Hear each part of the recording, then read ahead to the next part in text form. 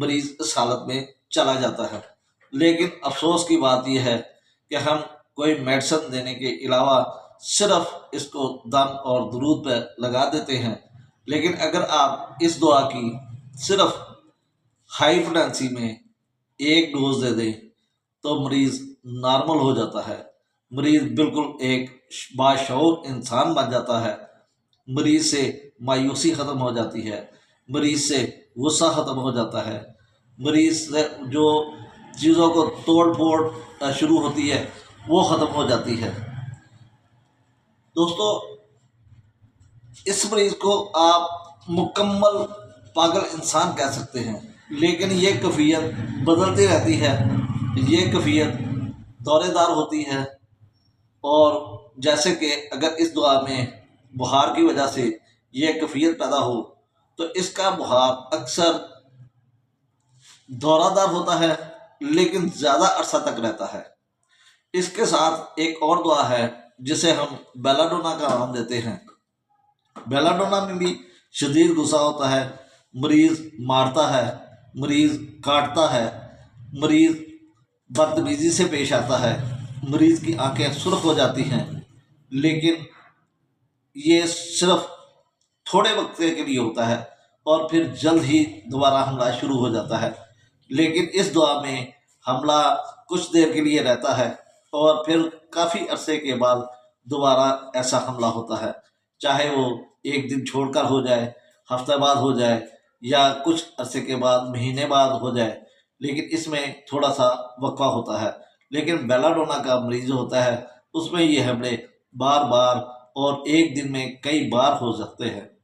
دوستو، اس میں حملے کے وقت، اس میں دورے کے وقت اتنی زیادہ طاقت آ جاتی ہے، اتنی زیادہ طاقت آ جاتی ہے کہ 2 3 4 آدمی بھی اس کے سامنے ہیچ ہوتے ہیں، وہ ان کے قابو میں نہیں آتا۔ ایسے مریضوں کو اکثر پاگل ڈکلیئر کر کے اس زنجیروں سے باندھ دیا جاتا ہے، اور ایک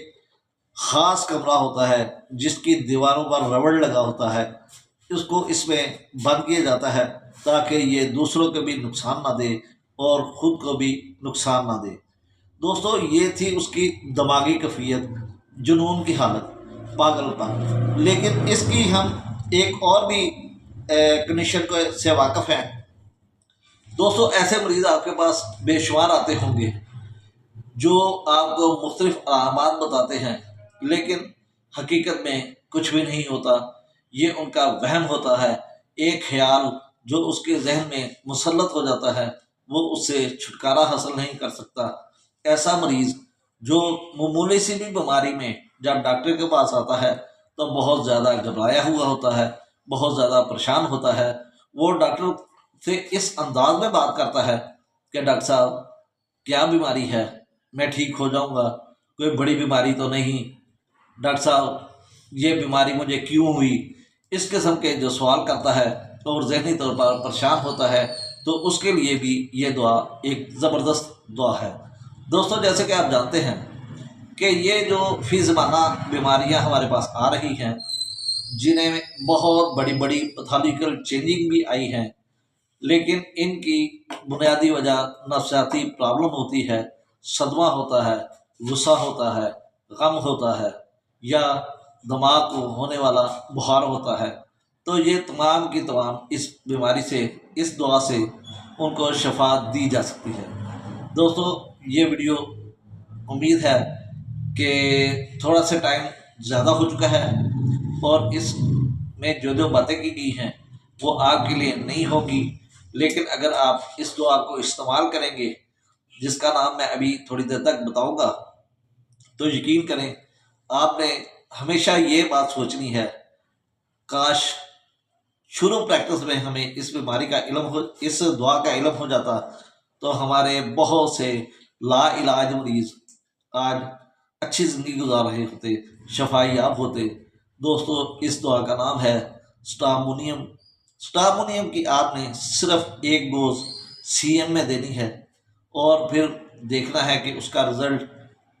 آپ کو ایک دن میں ملے، یا بعض دفعہ ہوتا ہے کہ CM میں دوسری خوراک بھی ہمیں دوسرے دن رپیٹ کرنی پڑتی ہے، لیکن آہستہ آہستہ مریض بالکل نارمل ہو جاتا ہے۔ تو دوستوں امید ہے یہ ویڈیو آپ کو پسند آئے گی۔ اگر یہ ویڈیو پسند آئے اسے لائک کریں، شیئر کریں اور چینل کو سبسکرائب کریں۔ اسی کے ساتھ میں اجازت چاہتا ہوں۔ اللہ حافظ، اللہ نگہبان۔